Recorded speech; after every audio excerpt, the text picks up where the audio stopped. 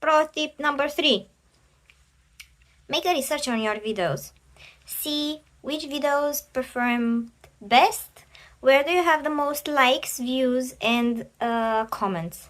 See the elements. If you were inside, if you were outside, if you did something different, if people likes more when you're outside, if they like the scenery, if they like something in particular, if they like the information.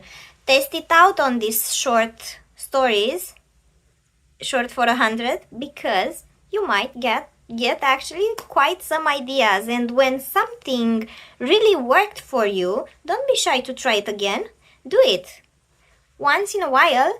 Start doing the same scenery, the same thing on a different subject. Like for me, for example, one that I was talking in Romanian worked very well.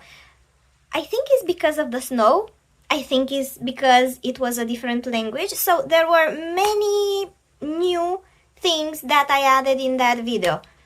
Try for yourself. See what is going on your channel, on your videos. Do some research and you'll be surprised. Bye!